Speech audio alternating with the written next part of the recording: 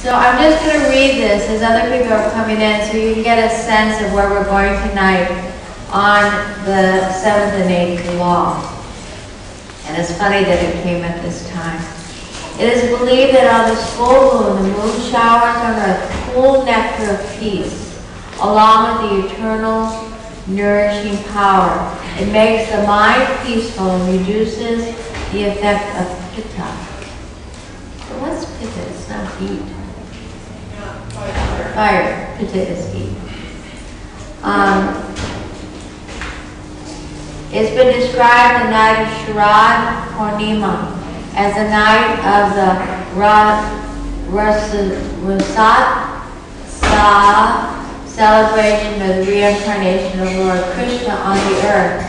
Because unlike the moon showering the cool nectar, Lord Krishna too showered bhakti, which is devotion, on the earth. Thousands of fortunate gopis enthrall themselves by enjoying the bhakti and the accompaniment. And if you've ever seen Lord Krishna in paintings with all the bhakti, with all the devotional ones just dancing around, not a man, but the image of Creator, as the moon is full in the forest like a cashmere. They're so romantic that you don't even believe they're really true. It's like, how can this happen? And people didn't understand Lord Krishna. They didn't understand the gopis. They thought all these, we kind of reduced it these days down to groupies with rock stars. You know, you see all these women just screaming at a rock star. And then you look at Lord Krishna and you see these gopi girls all dressed in their fineries dancing around Lord Krishna. But what it really is the devotion of the connection with the divine.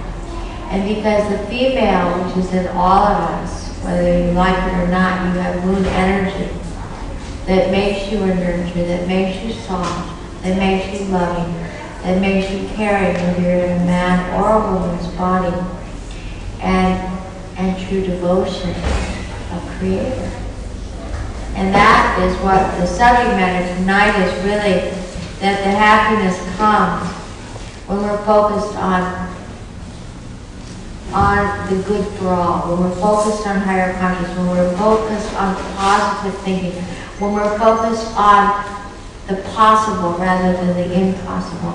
And we know how our minds go, right? Your mind in the morning gets up and may assume what the day will be like. You may dread the day because of that 11 o'clock meeting or something, deadline, or confrontation, or your relationship problems, or school problems, whatever it is. And then other times we wake up and we're so enthusiastic because this is the day we're going to go on our vacation, and we've been looking so forward to it. So we have different attitudes when we awaken. But what if our attitude was of altitude every single day? What if every day we woke up, and I'm including, I'm talking about me too, that you would get up and say, oh my God, it's so beautiful today. Another opportunity to serve, or another opportunity to look at trees, or help people, or work on myself. It's a way different way that we wake up. So how do you wake up in the morning? And do you want to change that? Because it's often the barometer for the rest of your day. So the 7th law is the law of focus. You can not just wake up with everything whirling around. That's why we wake up and do sadhana. That's when we meditate to clear the mind. Even if you wake up and say, oh God, today I'm not going to be able to handle it. I've got this and that and this and that, or I'm still sick. Or you wake up with some dread that had come from the day before or lifetimes before. And how does one then clear that? Or do you have to go through the whole day with that as your foundation? Well, sadhana can clear it if you're up and you're thinking all kinds of insane, worrisome, fearful thoughts. Then you sit down, you brush your teeth, but then you also clear your mind through meditation, through chanting, through prayer. So We can't really have a positive and a negative thought happening exactly at the same time. It's impossible. But which one leads your lives? For every positive thought is matched by a negative, and that's the nature. For every night you get a day, for every day you get a night, for every moon there's a sun. It's the law of opposites. But which one do you ride on? Many of us have been conditioned from our mother's womb in the first 7 years of our lives to focus on the negative. Focus on there's not enough. Focus on disturbances of the mind. Focus on simple things. I'm dumb. I'm not pretty. I'm too fat. All the things you've been conditioned. I'll never get into this college. I'll never get another job. I'll never get married. And it goes on and on and on and on. And the conditioning is there. So oftentimes we wake up and the first thing is the negative thought. I'm tired. I can't get up. And then all that you left in a worry form when you're in bed, rises again first thing. So how does one reverse the thought process? And people do it. I've seen such negative people, such people that have been conditioned to think ill of themselves, ill of the world, change. It's a challenge. Some of you were born into a more happy womb, you might say, more positive womb, more prosperous womb, more blossoming, more welcoming, more love. And so maybe your road wasn't as harrowing as others. But you can still, if we can agree that you can recreate your mind, you're not set. When I grew up in the 40s and the 50s, maybe like Alex in the Midwest, if somebody was a drinker down the road, oh, that's just George. He just hits the bottle when things go wrong. That's old Harry. He's so angry all the time. That's Harry. She cries all the time. She's been doing it since she was a kid. And it goes on and on. They never said in the 40s and 50s, but you know you could change. They never said it because they didn't know it. It was only through grace and through coming into this Aquarian age that we now know the possibility we can change ourselves 180 degrees. But where does the change come? It comes in the mind. Some people have to have terrible car accidents. They have to have brain tumors or cancer to make that change. We have an incredible friend in New Mexico, incredible. He was always a pretty positive guy. But he almost died several years ago. Something happened to him. They don't know what it was, but he just contracted and started losing his breath, and he fell into the corner of his bathroom. And his wife found him, and she called 911. And they came. Is that what you call 911? Yeah.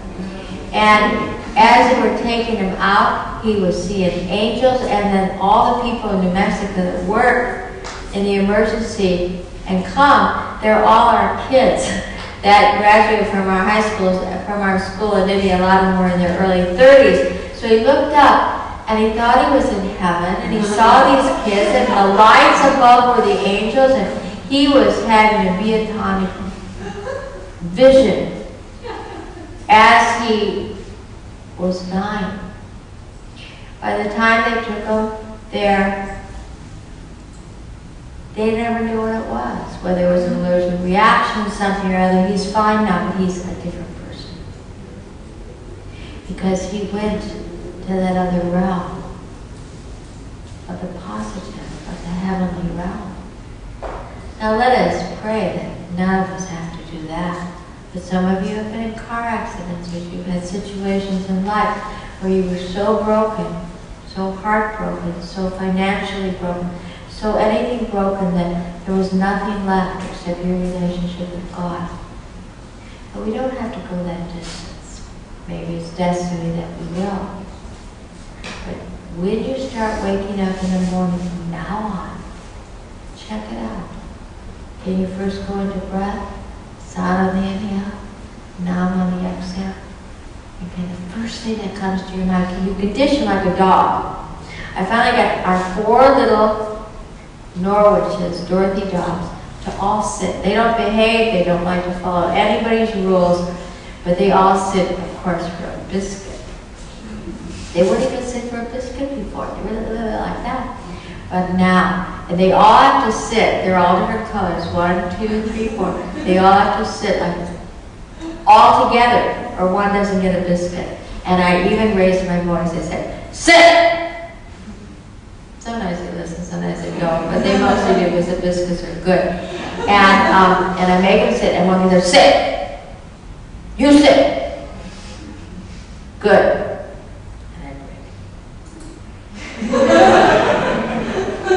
Okay, do you stand up if you want your biscuit? You can go off and use your biscuit. And they each get their little piece of biscuit. And they were trained. And I said to myself in the last couple nights ago that I was doing it, if I could train these dogs, I could train my mind. And it's a process in learning, but you can do it. You've trained yourself in sports, you train yourself in yoga, you train yourself when you go to university as a study to get good grades or to get into a job. But what about just your mind? What rattles through it that doesn't work for you? And you have the power, just like the dog and the biscuit, to retrain your mind. And if I can do it, missing a lot of brain cells from so many drugs, you could do it. If you want to. But if you're happy with the way you're thinking all the time and living all the time, because you're living just like you think. Don't think there's 2 other things going wrong, because there's not. You get a thought, the thought turns to the emotion goes into your mouth usually. Mouth leads you to action. Now, I don't know this clock. This isn't the same. This is the same clock I had. No. What time is anybody at? I'm just really caught up on time. 5:52. Hey, that's right. I think it's a new clock. Okay. So that's the subject matter for tonight on this great Purnima full moon, where a lot can get done. That's what they call being enlightened, to become conscious or awakened. Awakened to what? Awakened to your own mind. It's a trip. The mind is such a trip, and we don't discuss it that much. We just go along. Then you come to Kundalini Yoga and we talk about the mind, but not from an objective point of view of somebody else. The studies have shown that the mind. This is subjective. How does yours work for you? Is your mind working good for you? Did you hire it? Is it qualified? And if it's not qualified, do you have the ability to change it? And yes, you do. And learn new skills, and yes, you do. And I know it works. But you have to have, just like somebody who comes and fixes your washer or dryer, or a plumber comes and fixes your plumbing, or anything. You go to the car mechanic. Yeah. Well, the problem is I don't have any tools to fix it. I sure wish I could, but I am an auto mechanic, but I don't know, I just don't have any tools. The plumber comes, God, yeah, I can tell what's wrong with it. It's really stopped up, but I don't have any plumbing equipment. And you think the guy was nuts, right? Well, why did you come? Aren't you a plumber? Yeah, but I don't have any tools. I'm a car mechanic, but I don't have any tools. Well, we're a fixture of our minds, but if you don't have any tools, it won't get fixed. So that's the grace and greatness of Kundalini Yoga.